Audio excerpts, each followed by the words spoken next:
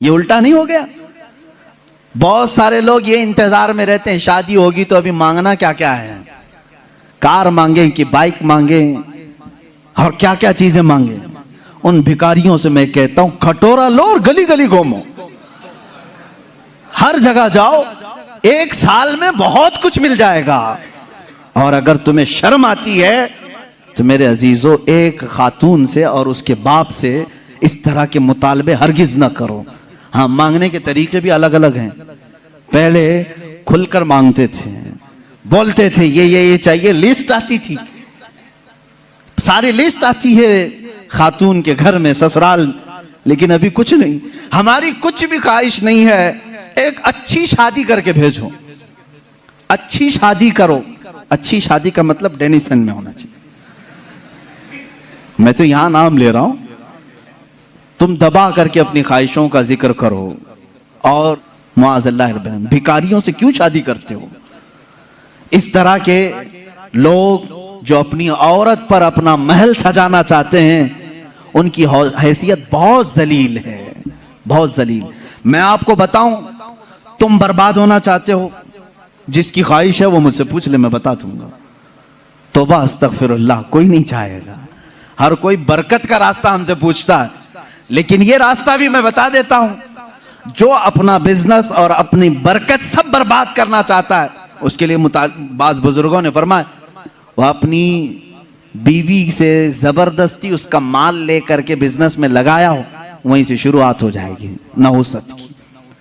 उसके दिल को तोड़कर जो माल ले जाकर के लगाओगे तो फिर वहां से, हाँ, बखुशी देना और बात है, पसंदीदगी के साथ देना और बात है।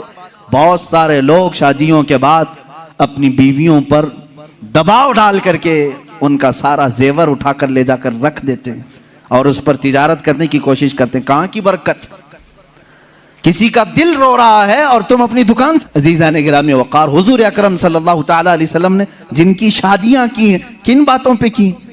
एक नौजवान साहबी आए, कहा निकाह की ख्वाहिश है, लेकिन कौन निकाह करके देगा मुझे? हुजूर ने फरमाया, मैं एक अंसारिया से शादी करता हूं तेरी। एक अंसार साहबी की बेटी है, लेकिन महर कुछ ना कुछ लेकर के आ, एक चांदी की अंगूठी तो महर में लेके आ।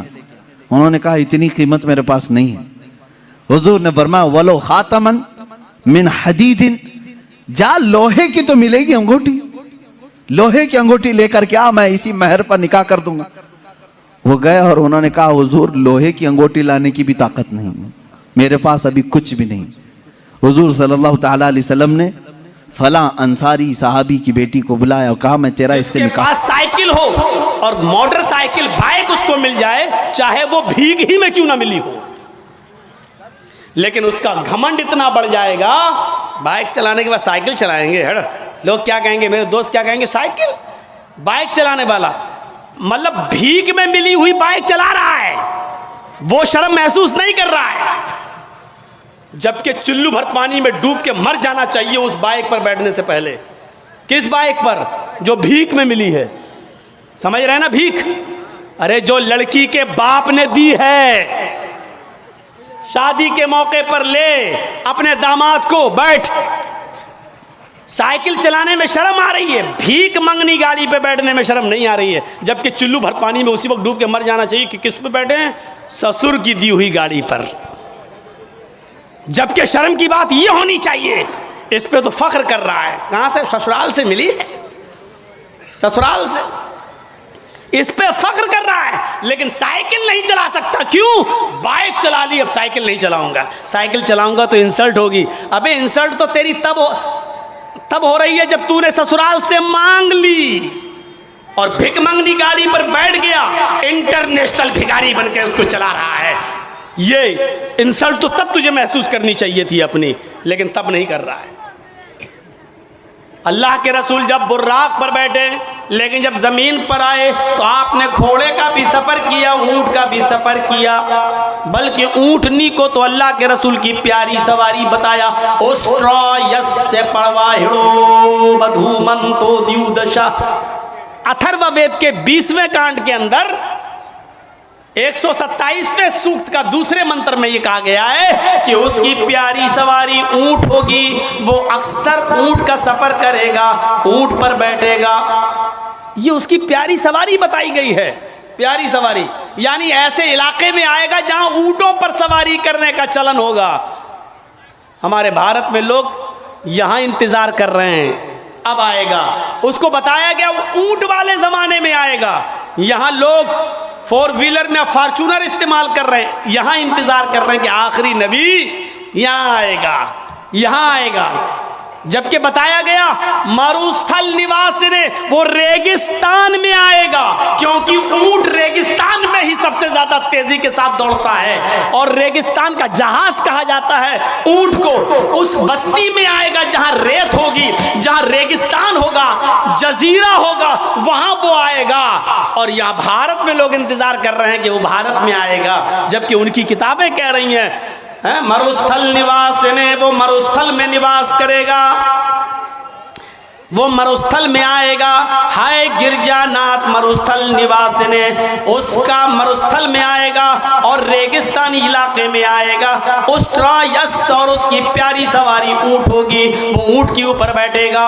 यहां बताया गया कि वो घोड़े पर बैठेगा और बिजली से ज्यादा तेज रफ्तार से चलेगा और आकाश की यात्रा करेगा, यानी वो जन्नत जहन्नम देखने जाएगा। जगतपति, और ये घोड़ा उसको ईश्वर की तरफ से, अल्लाह की तरफ से मिलेगा, जो पूरे दुनिया का रक्षक होगा, पूरी दुनिया का मुहाफिज होगा। यानी ये घोड़ा मोहम्मदुर रसूलुल्लाह को, ये बुर्राक मोहम्मदुर रसूलुल्लाह को दी जाएगी। आसिना साधुदमनम, और वो साधुओं की तरह अपनी जिंदगी व्यतीत करेगा, साधुओं की तरह अपनी जिंदगी गुजारेगा। साधु किसको कहते हैं ये सोच लीजिए। साधु उसको नहीं कहते हैं जो एक चोला पहन ले और बीवी बच्चों को छोड़ दे और जंगल में चला जाए, राम राम राम राम राम राम राम राम करता रहे।